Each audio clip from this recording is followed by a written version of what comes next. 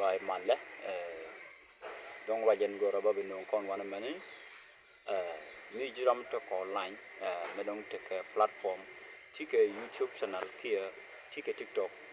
ba ko be yebinyo du tan dong de ran yo je ke ja online na men me go raba binyo bia anyok take commissioner ala ka me lo mi naten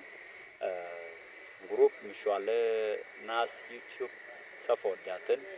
me dong mo go dong de support ke go dong di yo online me go na support ka ba support ko dong di subscriber di ke je no mo chine ala ka ko go ne yo ba support ba ke je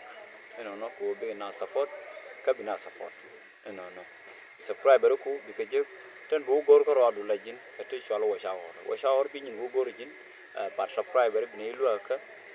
ko bina support ka paji support na me mi jam kel no go bi mi chena bi jala kan wari goro bi subscribe kana ka bana subscribe ji mi go no gi puje no tiki will ko bi no bi jalat goro bi ja comment wana mo section wana mo comment section wana mo ni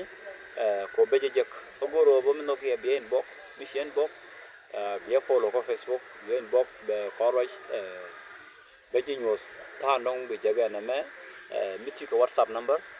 goro bi jala drop wana mona kim si ko inbox bi jabe kama bi jako bi la ke jong group mo YouTube du bongol tiang bersun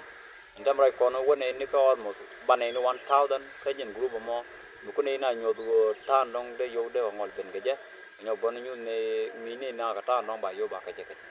no bi subscriber ko bi ko ngol tiang ke bu goro wo shawre ala jin karo ala thank you chlo na test ana bi atama